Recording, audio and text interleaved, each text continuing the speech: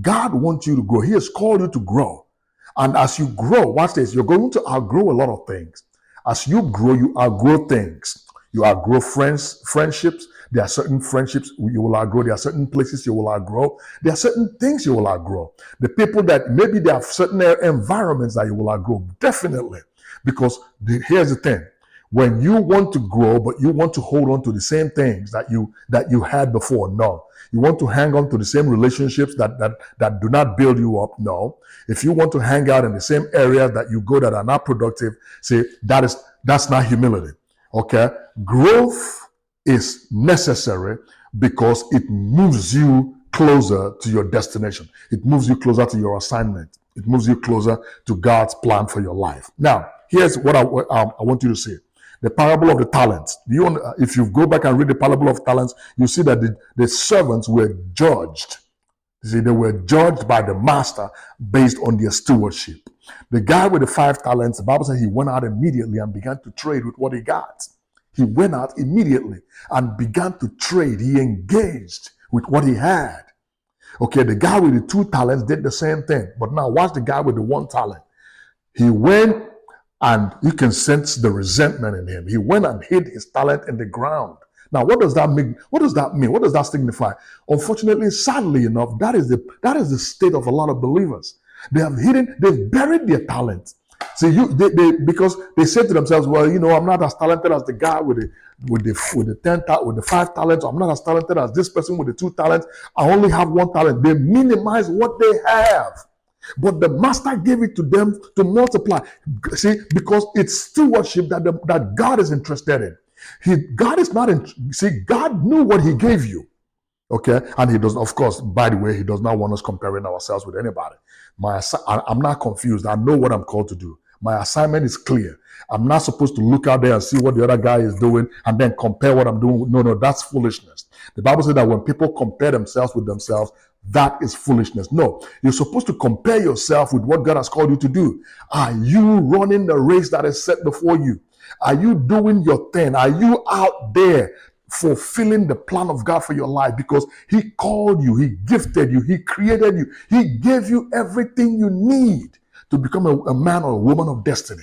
You've got everything. And I've heard people that say, oh, well, I don't have this, I don't have that, I don't have what that person has. But no, God he knows who you are. They say, he understands your uniqueness. And your uniqueness is what he's after, because you have a message and an assignment that nobody else but you can accomplish. So what are you waiting for? You don't need permission. You need faith. Because faith is the fact. What is it? Watch this. Faith is the fire that sets you on the move. Faith is a fact, but faith is an act. Are you understanding this? Look at this. Timothy was instructed to study and develop his gift. Paul says to Timothy, make sure you study to show yourself approved unto God. A workman that does not need to be ashamed. That's growth. Rightly dividing the word of truth. See, when God has called you to move, you don't need permission to grow. You step out and you begin to do. Okay, it's based on understanding of who you are. You begin to do what God has called you to do, and as you go, what happens? Growth takes place. As you go, clarity happens. As you go, watch this now, growth happens. You are clearer, because God will not reveal everything to you while you're sitting still in your living room. No. God will not reveal everything to you while you're still debating and trying to figure it out. He reveals it to you when you take that first step of faith, and then clarity begins to take place. It's important. Okay. Now, watch this. Timothy is our strong example, because humility is not hiding your growth. And I'll tell you that again. Don't be like the guy with the 1 talent. Because watch this. When the master came back, when it was time for accountability, look what he said to the guy with the 5 talent that traded. The guy came forward and said, you gave me 5 talents, but I've grown and I've multiplied it into 10 talents. And what did the master say? Well done, good and faithful servant. Same thing with the guy with the 2 talents. And then when time came for the guy with the 1 talent, look at what he said. Well, I know that you are a hard man. I know that you reap where you do not sow, and I don't want to lose your talent, so I buried it. And the master rebuked him. He called him an unprofitable servant. In fact, he called him a lazy and wicked servant. He said, cast him out into darkness. He's an unprofitable servant. Why? He said, you should have at least taken what I gave you and invested it or give it to the bankers so that I will get it back with profits. Watch this. God knows he has deposited and invested a lot in you, and he wants returns. God is a God of profit. He loves returns. He commands you and I to be fruitful and to multiply and to subdue the earth and to replenish it. And as you go out and do what he's called you to do, as you fulfill your vision, you are bringing glory to God, because then you bring many people unto glory. You lead people to him. You inspired somebody to go out and accomplish your purpose as well. And that is what I'm here to do today. My assignment is to inspire you so that you will know that you're not waiting for God. God has already called you. He's equipped you. This here, what you're doing right now is receiving your marching orders. You are receiving not only encouragement for the journey, but you're receiving your marching orders and you're receiving clarity for your vision. That is my assignment, to clarify your vision and to give you the fuel that you need to go out and do what God has called you to do, to accomplish your purpose. Now, the most important thing here is point number 2. Start where you are, not where you imagine you should be. Start from where you are. Somebody say, oh, Pastor Michael, I don't have this, I don't have that, I don't have the other. Oh, no, you don't need a platform. You don't need a crowd.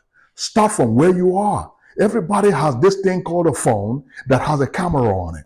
Start from that. You only have one phone. Start from record. Begin to speak to yourself. In fact, start by recording your own videos. Begin to talk to yourself. Listen to yourself. Hey, nobody has to like what you're doing first. Start from where you are. Oh, I only have like 2 people that are willing to hear my messages. Hey, that's great. Start from where you are. Notice Jesus. At the age of 30, Jesus began his ministry with nobody but him. He was the only one that he went by himself to the river Jordan to be baptized. He went by himself into the wilderness to be tempted by the devil.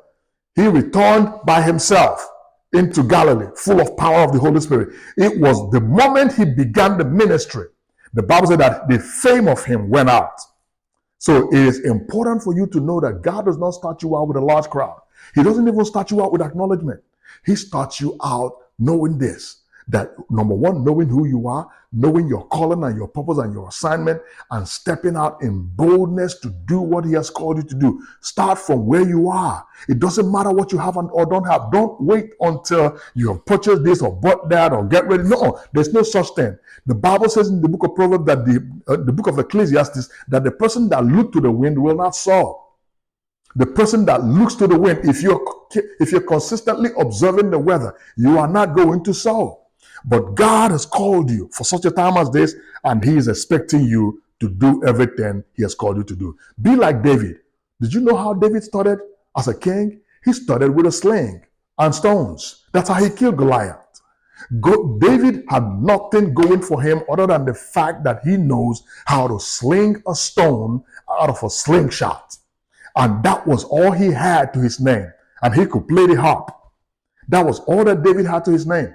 You don't have to start big. You have to start small. Remember the little boy with the lunch with 2 loaves and 5 fish?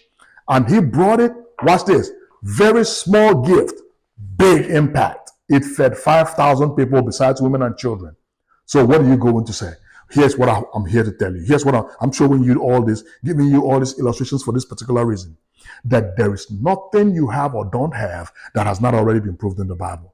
No matter how small you feel your gifting or your calling or your talent or your treasure is, God is still called you to do great things. And I once heard a mighty man of God say this to me.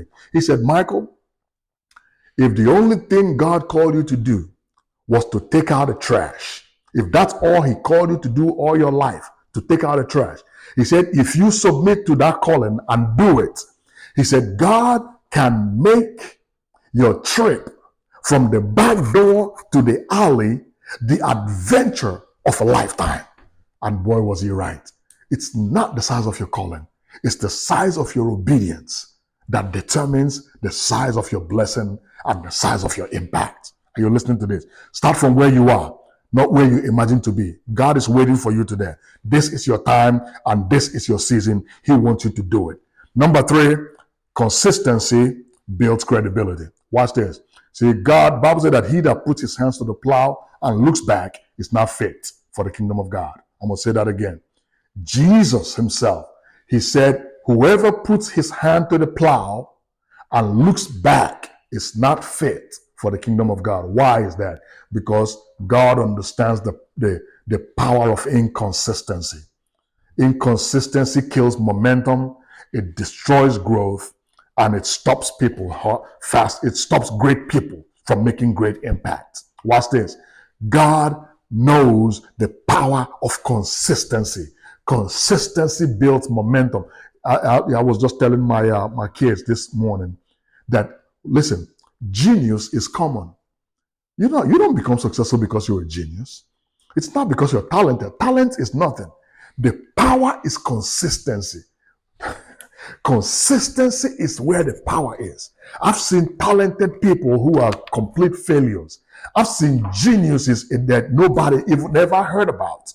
Watch this. Consistency is the key. Go and, read the story or the biographies of great men. A lot of them are not gifted. A lot of them are not men of great talent. Some of them don't even know how to read or write. I read the biography of Smith Wigglesworth. This is a guy, he was a plumber, an illiterate. His wife taught him how to read the Bible. But he shook his generation for Christ. Why? Consistency is the power. It's not what you can do. It's, do you show up consistently? Do you show up when you're discouraged? Do you show up when things are not going your way? Do you show up when it looks like it's not going to work? Do you stay the course? Because that is what determines if you are going to make it and become the man or the woman that God has called you to be, or if you will allow the devil to sweep you aside and put you in the heap of the people that never did anything for God. That is not you. I'm going to pray for you today after this message that you will rise up and be consistent and make up your mind and declare in the name of the Lord that you will no longer sit still and do nothing. That you will no longer be trapped by analysis paralysis. That you will no longer be this person that just wants to sit and complain about what you do not have. That you will step out, knowing that you've been gifted, knowing that God has given you everything you need for life and godliness, knowing that you are called for this season, that you are called for such a time as this, that you are called to become a great man and woman of God. Amen. I'm going to pray for you right now. Father, I thank you for this one that is listening. They have heard the word. Now I release the power of the Most High God upon them. That as they go today, they go in your power, in your revelation, in your knowledge of who they are, in their knowledge of who you are and of who they are, so that they will become everything you've called them to be. Now I want you right now, as you're listening to me, to declare to yourself, I am called. Declare it right now. Say, I am called for such a time as this, to become the man. If you're a woman, say to become the woman that God has called me to be. This is your season. This is your time. You will not be disappointed and you will not fail. I'm Michael David Odago. Subscribe to this channel. Stick with me because we are about to begin next week. We are about to begin a brand new series that will bring you closer to your destiny, further clarify your vision, further clarify your purpose, and further strengthen your resolve to become who God has called you to be, to accomplish your destiny and God's plan for your life. Until I see you again next week, be blessed, be strong, and be bold. In Jesus' name, amen.